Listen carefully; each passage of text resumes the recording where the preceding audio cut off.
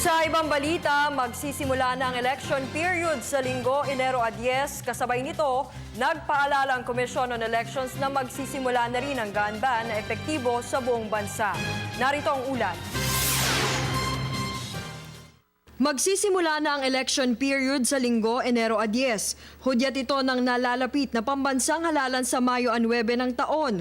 Sa loob ng 120 araw, maraming prohibisyon ang ipatutupad ng Commission on Elections. Kabilang narito ang gun ban.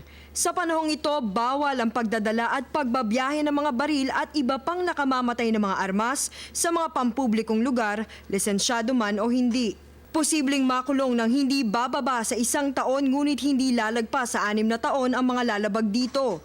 Patuloy naman ang aplikasyon para sa exemption sa gun ban. Subalit limitado lamang ito sa iilang individual gaya ng government employees at law enforcers. Gayunpaman, hindi lahat nito ay napagbibigyan ng COMELEC. May mga pagkakataong na-exempt din ang mga pribadong individual ngunit saklaw lamang nito ang mga may dalang pera at miyembro ng private security. Samantala, asahan na rin ang mga checkpoint.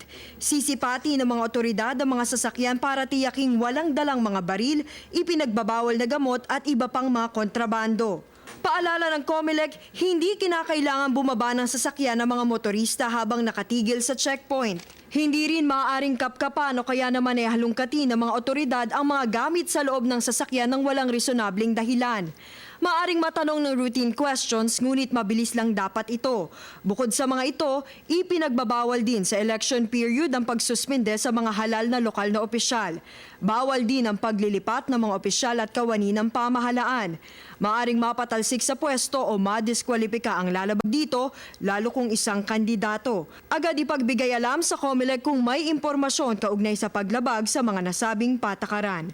Para sa Telebisyon ng Bayan, Ria Fernandez.